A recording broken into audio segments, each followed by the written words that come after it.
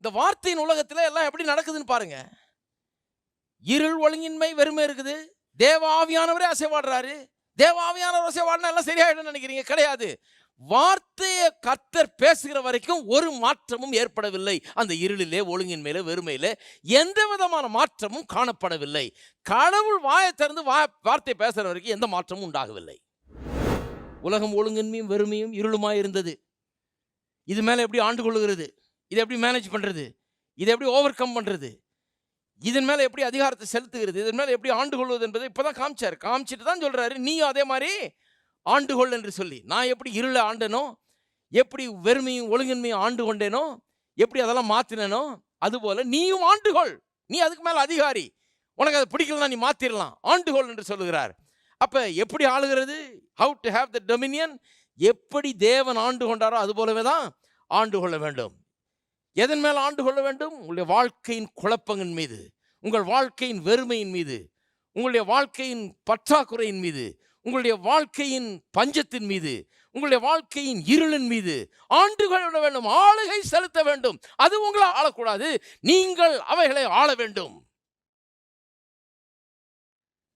அப்படிதான் பாருங்க, ஆபிரகாமும் சாராளும் பிள்ளையை பெற்றாங்களாம். எப்படி? வாழ்க்கையில் ஒரு பிரச்சனை. என்ன பிரச்சனை? வயசாகிட்ட போது குழந்தை இல்லை. இது ஒரு பெரிய பிரச்சனை. ஆதியில் எப்படி ஒழுங்கின்மை வெறுமை இருள் இருந்ததோ அதுபோல் இப்போ அவங்களுக்கு ஒரு பிரச்சனை. எப்படி ஆண்டு கொள்கிறது? எபிரேயர் 11ஆம் அதிகாரத்தில் 11ஆம் வசனம். எப்படி ஆண்டு கொண்டார்கள்? என்ன பண்ணாங்க? எப்படி சாராள் கற்பந்தரித்தாள்ன்றதை பற்றி 11ஆம் வசனம் சொல்லுது பாருங்க. விசுவாசத்தினாலே, எல்லாம் சொல்லுங்க, விசுவாசத்தினாலே சாராள் வாக்குத்தத்தம் பண்ண ஒரு உண்மையுள்ளவர் என்று எண்ணி கற்பந்தரிக்க பலனடைந்து வயது சென்றவளாயிருந்தும் பிள்ளை பெற்றாள். எல்லாம் சொல்லுவோம் விசுவாசத்தினாலே. அது ஏன் ரொம்ப முக்கியம் அந்த விசுவாசத்தினாலேன்னா, சிலர் சொல்கிறாங்க அது 1 in a million அப்படி நடக்குங்க. 90 வயசுல கூட பிறந்துடும் குழந்தை, சொல்ல முடியாது. ஒருத்தர் சொல்கிறாரு, எங்கேயோ ஒரு இடத்துல, எங்கேயோ சில நேரத்தில் உலகத்தின் ஏதோ ஒரு மூலையில் இப்படி விசித்திரமான சில காரியங்கள்லாம் கேள்விப்படுறீங்க. படார்னு அது ஏதோ ஒரு காரணத்துக்காக ஒரு கிழவி கூட குழந்தைய பெற்றலாம். அப்படிலாம் நடந்திருக்குது. பேப்பரில் கூட அப்பப்போ பார்க்குறோம். நம்ம என்றைக்கோ ஒரு நாள் எத்தனையோ கோடி மக்களில் ஒரு தடவை அப்படி நடந்துடும். ஆமாம், உண்மைதான், அப்படி நடக்கலாம். ஆனால் இது அப்படி நடக்கலை. இது எப்படி நடந்தது? விசுவாசத்தினாலே நடந்தது. ஹலோ, இது அப்படி நடக்கலைங்க. இது ஆக்சிடென்ட் இல்லை, இது பை சான்ஸ் இல்லை, இது 1 in a million இல்லை, 1 in a 10 million கிடையாது. இது டெலிபரேட்டா பகிரங்கமாக ஒரு மனுஷனும் மனுஷியும் கடவுளை விசுவாசிக்க ஆரம்பித்து இல்லாதவர்கள் இருக்கிறவர் போல அழைக்கிற தேவன் இவர்னு கண்டு அவர் ஜாதிகளுக்கு தகப்பனாக்குனேன்னு சொல்லிட்டாருன்னு சொல்லி இவங்களும் அதையே சொல்லி சொல்லி சொல்லி விசுவாசத்தை செயல்படுத்தி அப்படி பிறந்த குழந்தை இது. இவர்கள் விசுவாசத்தினாலே வாக்குத்தத்தம் பண்ணவர் உண்மை உள்ளவர் என்று எண்ணி கற்பந்தரிக்க பலன் அடைந்தார்கள். சும்மா ஏதோ ஆக்சிடென்ட் மாதிரி நடந்தில்ல, விசுவாசத்தினால தான் கற்பந்தரிக்க பலன் உண்டாச்சு. வயது சென்றவளாயிருந்து பிள்ளை பெற்றாள். அடுத்த வசனம் பாருங்க. ஆனபடியால் சரீரம் செத்தவன் என்று எண்ணத்தகும் ஒருவனாலே வானத்தில் உள்ள பெருக்கமான நட்சத்திரங்களைப் போலவும் கடற்கரையில் உள்ள எண்ணிறந்த மணலைப் போலவும் மிகுந்த ஜனங்கள் பிறந்தார்கள். ஒரு பிள்ளை பிறந்தது மட்டும் இல்லை, இந்த விசுவாசத்தினால தான் இந்த ஒரு ஆபிரகாமின் சந்ததியே உருவாச்சு. அந்த சந்ததி எப்படி இருக்குது? வானத்தின் நட்சத்திரங்களைப் போலவும் கடலின் மணலத்தனையான ஒரு சந்ததி. 0ல் ஆரம்பிச்சு வயசாகிடுச்சு, இனிமேல் நடக்காது அப்படின்னு சொல்கிற சூழ்நிலையில் ஆரம்பிச்சு, இனிமேல் நடக்கவே முடியாது, நம்புறதுக்கு ஏதுவே இல்லை அப்படின்ற நிலையில் ஆரம்பிச்சு, 0ல் ஆரம்பிச்சு கடைசியில் வானத்தின் நட்சத்திரங்களை போல கடலின் மணலை போல உண்டாயிடுச்சு. இருக்கீங்களா? எத்தனை பேர் அப்போ சொல்கிறீங்க 0ல் ஆரம்பித்து வானத்தின் நட்சத்திரத்தை போல கொண்டாந்துட முடியும்னு? 0ல் ஆரம்பித்து கடலின் மணலை போல பெருக முடியும்னு நம்புறீங்களா? எல்லாமே அப்படி தான். ஊழியம் கூட அப்படி தான். 0ல் ஆரம்பித்து இப்போ இந்த அளவுக்கு பெரிய இருக்கிறேன். நான் சொல்கிறேன், இதை விட 1000 மடங்கு பெருகும். இதெல்லாம் நான் விசுவாசிக்கிறேன். 0ல் ஆரம்பித்து இப்படியே பெருகும். 0ல் ஆரம்பித்தா 0வாகவே இருக்க மாட்டோம். 0ல் இருந்து எப்படி போகிறது முன்னாலன்னு தெரியும். வெறும் 0 தாங்க. இல்லை முன்னால் நம்பர் போட்டால் சரியாக போய்டும் 0. அப்புறம் 0க்கெல்லாம் வேல்யூ ஆகிடும். ஒரு 0 ஆட் பண்ணும்போது வெறும் 0ன்னு சொல்ல மாட்டீங்க, அது பாட்டுக்கு பெருகிட்டே போகும். கர்த்தர் சொல்கிறாரு, 0ல் ஆரம்பித்து இவ்வளோ பெரிய வேலைக்கு நீ போகலாம் என்று சொல்லுகிறார். அப்போ பாருங்கள் எப்படி எப்படி ஆபிரகாமுக்கு சாராளுக்கு நடந்தது? இது விசுவாசத்தினாலே. அதான் சொல்லுங்க, விசுவாசத்தினாலே. விசுவாசத்தினாலனா எப்படி? கடவுளுடைய வார்த்தைக்குள்ள விசுவாசம் இருக்கிறது பாருங்க. நான் கடவுளுடைய வார்த்தையை எடுத்து அவர் சொல்லிட்டாருன்னு சொல்லி அநேக ஜாதிகளுக்கு தகப்பன்னு சொல்லிட்டாரு அப்படின்னு சொல்லிட்டு எனக்கு நம்ப ஏதும் இல்லாத இருந்தோம், என் சூழ்நிலை ஒன்றும் நம்புறதுக்கே ஏதும் இல்லாத இருந்தோம், நான் அதை எடுத்து என் வாயில வச்சு நான் கர்த்தர் சொல்லிட்டாருன்னு சொன்னேன்னா, அதை சொல்ல ஆரம்பிச்சேன்னா என்ன ஆகிறது? அந்த அவருடைய வார்த்தைக்குள்ள இருக்கிற விசுவாசம். ஏன்னா கடவுளுடைய வார்த்தையை கொடுக்கும் போதே, வாக்கு தத்தத்தை கொடுக்கும் போதே அதுக்குள்ள விசுவாசத்தை வச்சு கொடுத்துட்டார். அதை நிறைவேற்றக்கூடிய சக்தி அதுக்குள்ளே வச்சு கொடுக்கிறார். அப்ப நான் அவருடைய வார்த்தையை எடுத்து நான் சொல்லும் போது அந்த வார்த்தைக்குள்ள இருக்கிற அந்த விசுவாசம் எனக்குள்ள போயிடுது, என்னுடைய ஆவிக்குள்ள போயிடுது. ஒரு கேப்சூல் இருக்குது, அந்த கேப்சூலுக்குள்ள என்ன பண்றாங்க? மருந்தை வைக்கிறாங்க. அந்த கேப்சூலை நான் முழுங்கினோன்னா அந்த கேப்சூல்னா போதும் உள்ளே போய் என்னுடைய ரத்தத்தில் கலந்து என்னுடைய சரீரத்தில் வேலை செஞ்சு எனக்கு உதவி செய்ய ஆரம்பிச்சிருது இல்லையா? சோகவீனமாக இருக்கிற சரீரத்துக்கு சுகத்தை கொண்டாடுது, கிருமிகளை கொல்லுது, சுகத்தை உண்டாக்குறது, ஒரு ரிலீஃபை கொடுக்குது இல்லையா? அது போலவே தான் இது விசுவாசம் என்கிறது வார்த்தை என்கிற கேப்சூலுக்குள்ளே வைக்கப்பட்டிருக்கிறது. கடவுளுடைய வார்த்தைனா சும்மா இல்லை, அவர் தன்னுடைய விசுவாசத்தை அந்த வார்த்தைக்குள்ளே வச்சுட்டாரு. எதுக்கு அந்த விசுவாசம்? இந்த வார்த்தை என்ன சொல்லுதோ அதை நிறைவேற்றக்கூடிய சக்தி அது அது உள்ளே இருக்குது, அந்த வார்த்தைக்குள்ளே இருக்குது.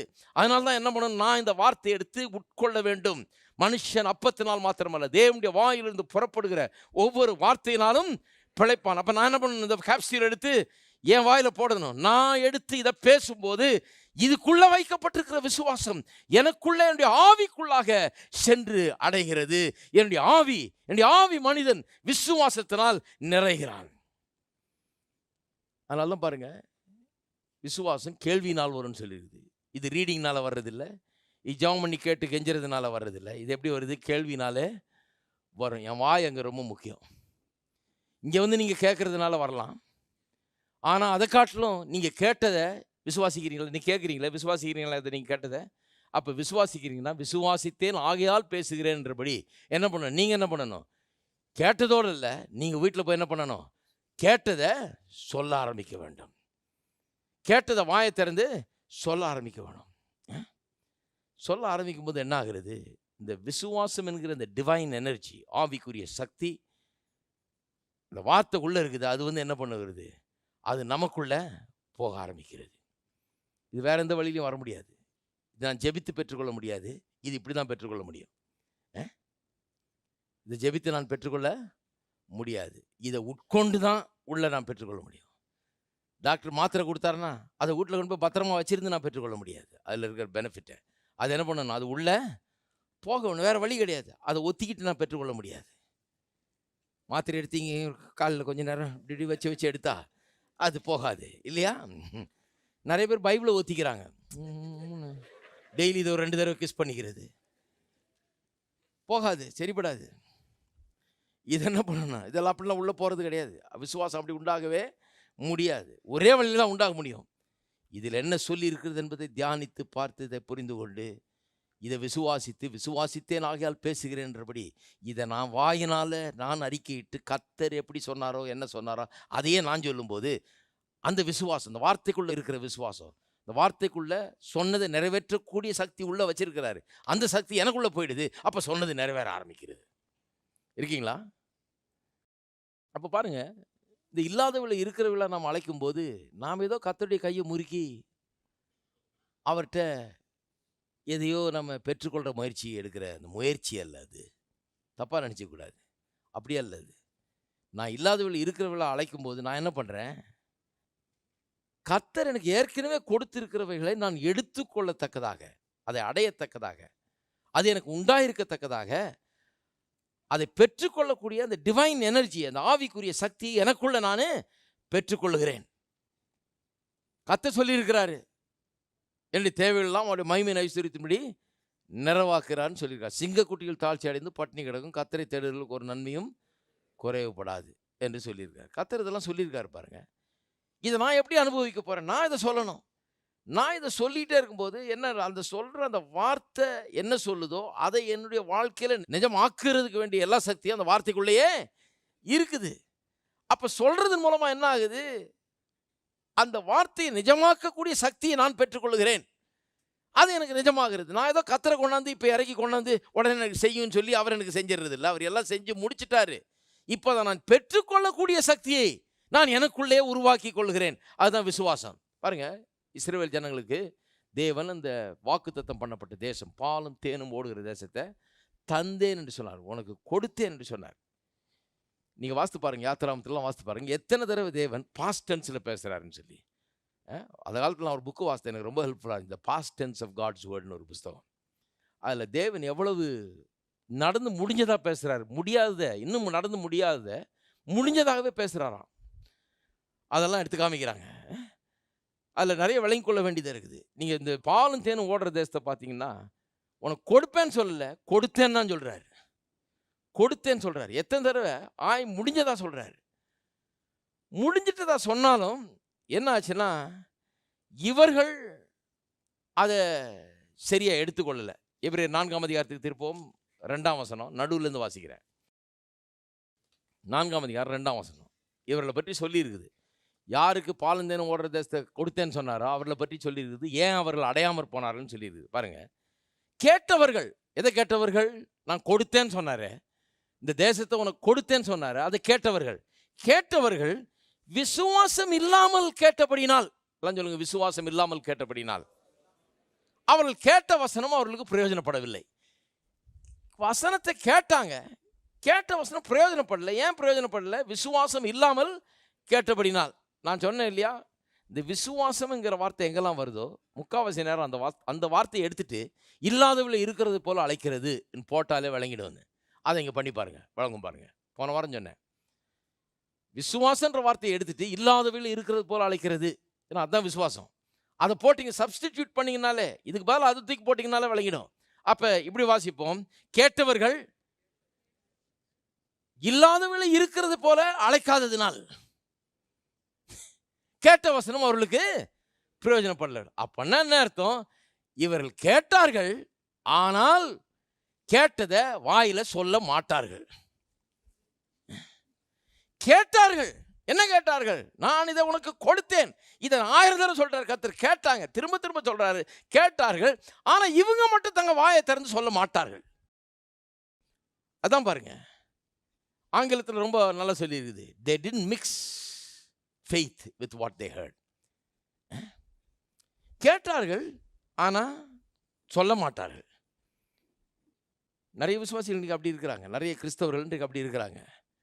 கேட்குறாங்க, ஞாயிற்றுக்கிழமை போக வேண்டியது, பிரசங்கம் கேட்க வேண்டியது, வீட்டுக்கு போக வேண்டியது. நல்லா கவனிங்க. அப்புறம் என்ன பிரதர், நான் கோயிலுக்கு போனேன், வாழ்நாள் முழுக்க கோயிலுக்கு போனேன், என்ன பெருசாக ஆயிடுச்சு, என்ன பேசுகிறீங்க நீங்கள்? நான் 30 வருஷமாக கோயிலுக்கு போனேன் தெரியுமா, எனக்கு ஒரு பயனும் கிடையாது. ஏன் பயன் கிடையாதுன்னு தான் இப்போ பேசிகிட்டு இருக்கிறேன். ஏன்னா போய் கேட்டீர்கள், கேட்டதை நீங்கள் விசுவாசித்தே நாளையால் பேசுகிறேன்ற அளவில் நீங்கள் பேசலை, இல்லாதவளை இருக்கிறவளை போல் அழைக்கலை. அங்கே கடவுளுடைய வாக்குத்தத்தை என்ன சொல்கிறதுன்னு சொன்னார் பிரசங்கியார். சொன்னதை கேட்டதை அதோடு விட்டு வந்துட்டீங்க, வெளியே வந்து ஆப்போசிட்டாக பேசிகிட்டு இருக்கிறீங்க. இப்போ தானே பிரசங்கம் பண்ணார், எல்லாம் கூடும், கர்த்தரால் கூடாது ஒன்றும் இல்லைன்னு. வெளியே வந்து என்ன பேசிகிட்டு இருக்காங்க? அது என்ன பண்ணாலும் அது ஒன்றும் கைவிடி வராது பிரதர், வெளியே காம்பவுண்ட்லேயே பேசி நடக்கும். அதனால தான் போயும் பிரயோஜனம் இல்லை. பஸ்ஸு காசு தான் வேஸ்ட்டு, நேரம் வேஸ்ட்டு, எல்லாம் வேஸ்ட்டு. அதனால எந்த பிரயோஜனமும் கிடையாது.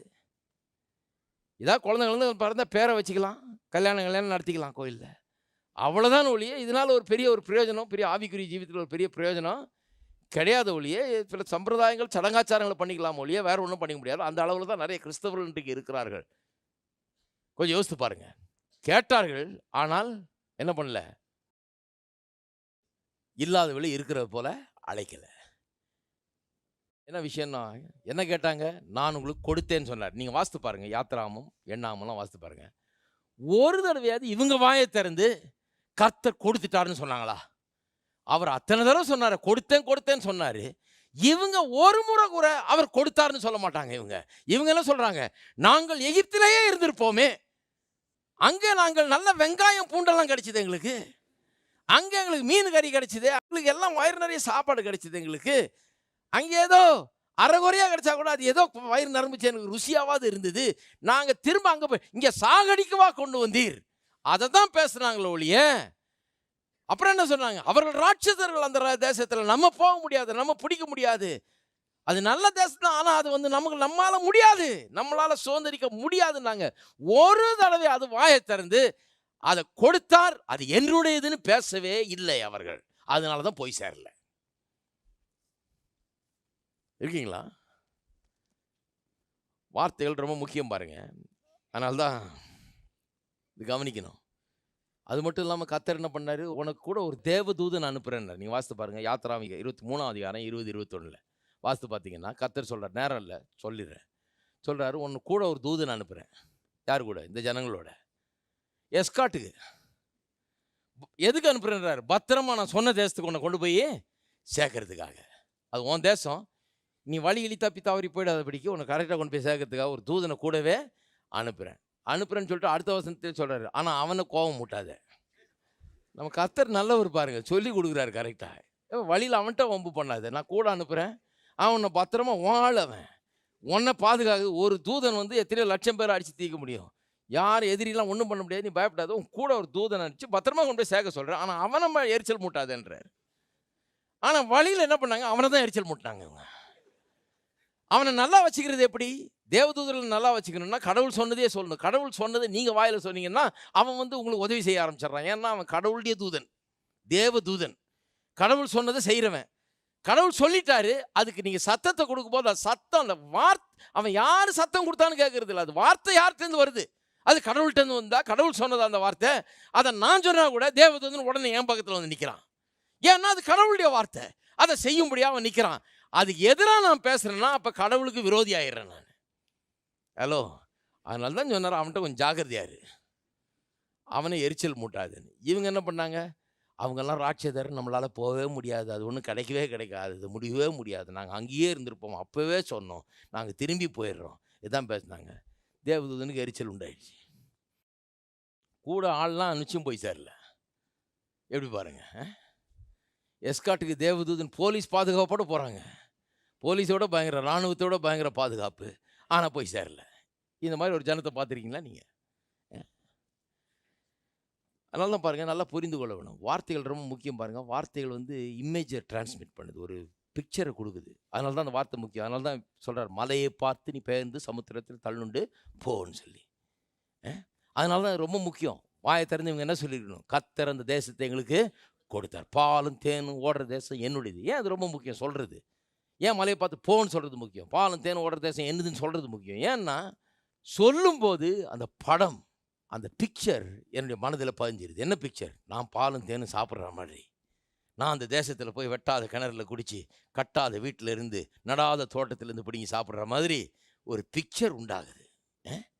பாருங்கள், இங்கே உட்காந்துருக்கிறீங்க, நான் இங்கே இருக்க ஒரு சின்ன பையனை கூட கூப்பிட்டு என் கார் எப்படி இருக்குன்னு சொன்னேன்னா, இத்தனை நூற்றுக்கணக்கான கார் நிற்கிறப்ப என் கார் எப்படி இருக்குன்னு நான் டிஸ்கிரிப்ஷன் கொடுத்தேன். அது முன்னால் எப்படி இருக்கும், பின்னால் எப்படி இருக்கும், இந்த கலரு இது இப்படி இருக்குமாக்கும், இந்த சொட்டையாக்கும், இங்கே கீரலாக்கும், எல்லாம் கரெக்டாக சொன்னேன்னா, ஒரு சின்ன பையன் கூட போய் தேடி பார்த்து என் கார் மாதிரி 10 கார் இருந்தால் கூட கரெக்டாக இது பாஸ்டர் காருன்னு சொல்லுவான்.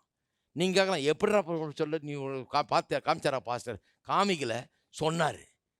சொன்னதை வச்சு எப்படி சொல்கிற? கரெக்டாக சொன்னார், அவர் இப்படி சொன்னார், அப்படி இருக்குது. அது வேறு எந்த கார் அப்படி இல்லை, சொன்னார், இதுதான் ஒரு கார், எனக்கு நிச்சயமாக சொல்ல முடியும், இதுதான் அவருடைய காருன்னு சின்ன பையன் கூட சொல்லிடுவான் இல்லையா? எப்படி? அது மென்டல் பிக்சர். வார்த்தைகள் அவனுக்குள்ள ஒரு மென்டல் பிக்சரை உண்டாக்குகிறது. அப்போ நான் சொல்லுகிறேன், வார்த்தைகள் உங்களுக்குள்ள ஒரு மென்டல் பிக்சரை உண்டாக்குது. என்ன மாதிரி பிக்சரை? மலையை பார்த்து பெயர்ந்து சமுத்திரத்தில் தள்ளுண்டு போன்னு சொன்னால் எப்படிப்பட்ட பிக்சரை பார்க்குறீங்க? இன்றைக்கு உங்களுடைய வாழ்க்கையில் இருக்கிற இந்த பெரிய மலை போன்ற சூழ்நிலை ஒன்றுலாம் போய் காணாமல் போனதை நீங்கள் பார்க்க ஆரம்பிக்கிறீர்கள், இல்லாமல் போனதை பார்க்க ஆரம்பிக்கிறீங்க. வார்த்தை ரொம்ப முக்கியம் பாருங்கள். நிறைய பேர் தப்பான இதை போயிட்டு இருக்கிறாங்க. இந்த மார்க் 11:23 ரிவர்ஸில் பயன்படுத்திட்டு இருக்காங்க. ரிவர்ஸில் எப்படி பயன்படுத்துகிறாங்கன்னா, அவங்க எப்படி சொல்கிறது, இந்த கடன்லேருந்து நம்ம மேலே போகிறதே கிடையாது, அவ்வளோதான், குடி முழுகி போச்சாக்கும், இதுலேருந்து நம்ம வெளியே வரவே முடியும், எல்லாத்தையும் ஊற்றி மூடிட வேண்டியதாக்கும், இப்படி பேசுகிறாங்க. இப்படி பேசும்போது என்ன ஆகுறதுன்னா, அவங்க என்ன பேசுகிறாங்களோ அது அப்படியே உள்ளத்தில் என்ன ஆகிடுது, பதிஞ்சிருது. என்ன பதிஞ்சிருது? உங்களை செயினில் கட்டி இப்படி கூப்பிட்டு போகிற மாதிரி காட்சி விடலாகும், கொண்டு போய் ஜெயிலில் அடைக்கிற மாதிரி இருக்கும், அங்கேயே போட்டு பெர்மனெண்ட்டாக ஆயுள் தண்டனை கொடுத்துற மாதிரி காட்சியெல்லாம் வரும். எப்படி வருது? மென்டல் பிக்சர் எப்படி உண்டாகுது? அப்படியே நீங்கள் ஒன்றுமே இல்லாமல் போய் அங்கேயே செத்து போகிற மாதிரி கனவெல்லாம் வரும். அப்படியே ஒரு காட்சி உள்ள, கனவு வரலனாலும் காட்சி உள்ள இருதயத்தில் அது பதிஞ்சிரும் பாருங்க. அப்படியே நீங்கள் ஒரு ஃபெயிலியர் ஆகி ஒன்றும் இல்லாமல் போகிறத அப்படியே காண ஆரம்பித்துவீர்கள். ஏன்னு சொன்னால் அந்த வாயை திறந்து பேசிகிட்டே இருக்கிறீங்களே, போச்சு எல்லாம் குடிமொழி போச்சு, எல்லாம் மூறிய வேண்டியதாக்க, ஒன்றும் இனிமேல் தேர முடியாது, ஒன்றும் கைகுடி வராது, தேராது அப்படின்னு சொல்லி சொல்லி சொல்லி சொல்லி சொல்லி அவன் சொன்னபடியே ஆகும்ன்றதுனால ஆயிடுது. அது அப்படியே பிக்சரை உண்டாக்கிடுது. மார்க் 11:23 2 சைடும் வேலை செய்யும் பாருங்க. ரிவர்ஸ்லையும் வேலை செய்யும், ஃபார்வர்ட்லையும் வேலை செய்யும். நிறைய பேருக்கு இது ரிவர்ஸில் வேலை செஞ்சுட்டு இருக்கு. இன்னும் கேட்டால் ரிவர்ஸில் ரொம்ப ஃபாஸ்ட்டாக வேலை செய்யும். ஏன்னா இதை ரொம்ப நாளாக ப்ராக்டிஸ் பண்ணி சாம்பியனாக இருக்கிறீங்க. இதில் பாருங்க, இயேசு சொன்னார் 24 மணி நேரத்தில் வேரோட பட்டு போயிட்டு. ஏன்னா அதில் சாம்பியன் அவர். சொன்னபடி ஆகுன்றதுல சாம்பியன் அவர். அதனால 24 மணி நேரத்தில் அப்படி ஆயிடுச்சு. நம்ம சொன்னால் ஒரு நாள் 24 மணி நேரம் பத்தாது. ஏன்னா இப்போ தானே ஆரம்பிச்சிருக்கிறோம். நம்ம ஒரு நேரம் இப்படி சொல்லுவோம், அப்புறம் மாற்றி சொல்லுவோம், அப்புறம் இப்படின்னு சொல்லுவோம், கதை பேசுவோம். இதெல்லாம் சரி பண்ணி வரதுக்குள்ள 24 நாளாகவும் 24 மாசமாகவும், சில நேரத்தில் 24 வருஷம் கூட ஆயிடுது, ஆபிரகாம் மாதிரி. ஆனா இயேசு சொன்னபடியே ஆயிற்று. அப்ப பாருங்க, நெகட்டிவா போறவங்க அதுல பெரிய சாம்பியனா இருந்து எக்ஸ்பர்ட் ஆகி அவங்க ரொம்ப ஜாக்கிரதையா இருக்கணும். இப்ப ஏதாவது பேசினாங்கன்னா டக்கு டக்குன்னு நடக்கும். டக்கு டக்குன்னு நடக்கும். ஆனால் எல்லாம் எக்குத்தப்பா நடக்கும். ஏன்னா இப்படியே பேசி பேசி பேசி பழகுனதுனால அது அப்படி நடக்குது. இதை அப்படியே மாற்றி இப்போ வேறு விதமாக பயிற்சி பண்ணணும். எதிர்நீச்சல் போடணும், அப்ஸ்ட்ரீம் போகணும், வேறு விதமாக பேசணும். இல்லாதவளை இருக்கிறவளை போல் அழைத்து அப்படி பேச ஆரம்பிச்சிங்கன்னா கொஞ்ச நாள் அது கொஞ்சம் கஷ்டமாக இருக்கலாம், கொஞ்சம் நாள் இதாக இருக்கலாம். ஆனால் அதில் எக்ஸ்பர்ட் ஆகிடுவீங்க கொஞ்ச நாளில். சொன்னபடியே ஆகும்.